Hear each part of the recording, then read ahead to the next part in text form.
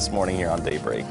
Good morning and thanks for joining us. Today is Wednesday, July 18th. I'm Lauren Barnes. I'm Joe Morano. As you guys start off your day, we'll have some fun with those scientists there. Probably already smarter than I am. For sure. I have a feeling that's what Elisa looked like. Oh, back when she was Yes, that age? at that age, yeah. Probably is. But Elisa's been tracking her weather. Let's check in with her for forecast first this morning. Good morning, guys. Science is cool. That's the message of every day. We've got some wet roads in Branson right now with 73 degrees, an east and southeast wind, and we've got a couple of storms out there. We're kind of in this line, a pretty unsettled line, as we've got a front kind of just stalled, and we'll kind of be in this pathway of some rounds of showers and storms this afternoon. Got a couple of clusters going on here. We've got one up to the north with some locally heavy rain and lightning from Warsaw and into Lake of the Ozarks, and then we've got another cluster down to the south in northern Arkansas in Mountain Home and West Plains. A couple of rain showers there with some locally heavy rain. 77 degrees right now in Springfield, very warm. It's 71 in Rolla and 72 in Mountain Grove. We'll keep a chance for storms as we head through the entire afternoon. We'll have kind of rounds of them coming in and out. A little bit more isolated this morning, and then we could pick up in number as we head through the afternoon. A couple of rounds of scattered showers and storms with temperatures in the 80s. We're tracking these rounds of storms that have a marginal severe threat, the potential for locally heavy rain, and the weekend, I think you're going to like it. Hot but nice. Details on that in 10 minutes. In this morning's political coverage, all 17 U.S. intelligence agencies say the Russian government interfered in the 2016 election. So when President Trump appeared to question that while standing next to Vladimir Putin in Helsinki earlier this week, it set off a firestorm on Capitol Hill. CBS's Laura Podesta reports that the president is now clarifying some of what he said.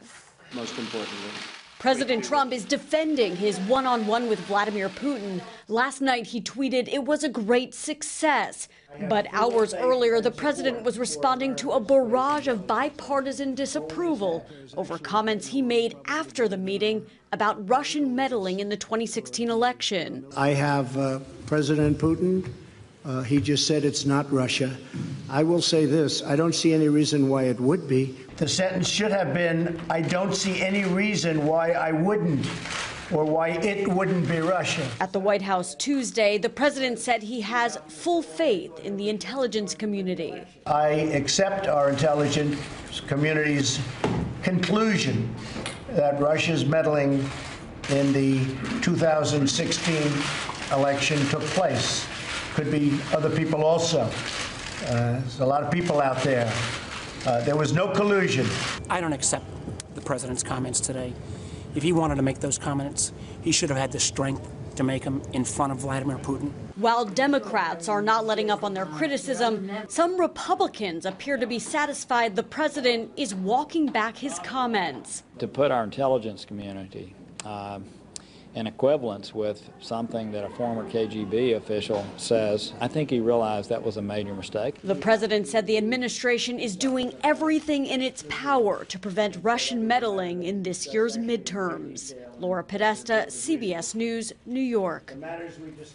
Democrats want to hold hearings to find out more about what happened in the 2-hour one-on-one. A hearing is already scheduled. Secretary of State Mike Pompeo will publicly testify before the Senate Foreign Relations Committee next week. To put crime in focus now this morning, the woman accused of dumping the dog Hope in 96-degree weather has officially been charged with misdemeanor animal neglect and abandonment. The video went viral last week, which shows a female driver stopping and dropping off a dog and then driving off. But this surveillance footage caught the full extent of the crime, and eventually police made an arrest. Hope's foster mother, Sarah Phillips, said the day the dog was abandoned, she was confused and dehydrated and burned parts of her paws from the hot road surface. Now, a week later, she seems to be recovering well. Her paws are significantly better. She'll go out in the grass, and she's starting to run around and play with my dogs. I've heard her bark a couple of times, which has been a big deal. She's coming out of her shell, for sure, and she's just very, very sweet. And Phillips says that Hope doesn't leave her side and is glad that she seems to have moved on now. It's your your right to know, the West Plains woman convicted of shooting her now former daughter-in-law was sentenced to life in prison yesterday. A Texas County jury convicted Angeline Ryan of first-degree assault and armed criminal action for shooting the woman her son was married to. Investigators say they found shell casings at Ryan's home that match those found at the scene of the shooting. Prosecutors say Ryan was angry the victim was divorcing her son. And we move to some election coverage now. The August primary is just 3 weeks away, and the race between frontrunners Claire McCaskill and Josh Hawley is getting pretty tight. This week, Hawley is traveling the state, visiting companies he applauds for jobs with good wages and benefits. Leading the Democratic ballot, incumbent Claire McCaskill has called for an end to the current trade war, saying Missouri jobs and livelihoods are at stake. She says it's time to end this trade war and provide necessary relief for the thousands of Missouri jobs that are at risk. Hawley says that McCaskill needs to defend her record. It's time for her to explain why she supported policies that have hurt Missouri's family farms and driven many of them out of business. It's time for her to explain why she sided with the radical environmentalist left over Missouri's farmers. McCaskill for Missouri has released a new TV ad highlighting her effort to face pharmaceutical companies and lower prescription drug costs. These pharmaceutical companies are using the law to feed their greed. And Hawley says the idea behind this tour is to give a voice to Missouri workers.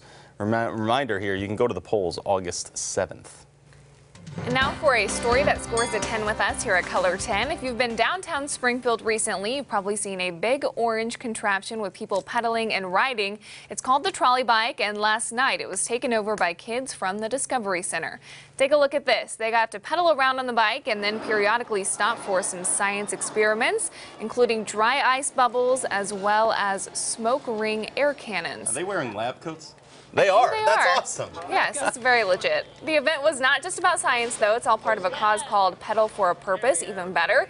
The owners of the trolley bike pick a charity partner every month, giving 10% of sales to those nonprofits. Leaders at the Discovery Center say they hope fun experiments like these get kids interested in science and tech fields.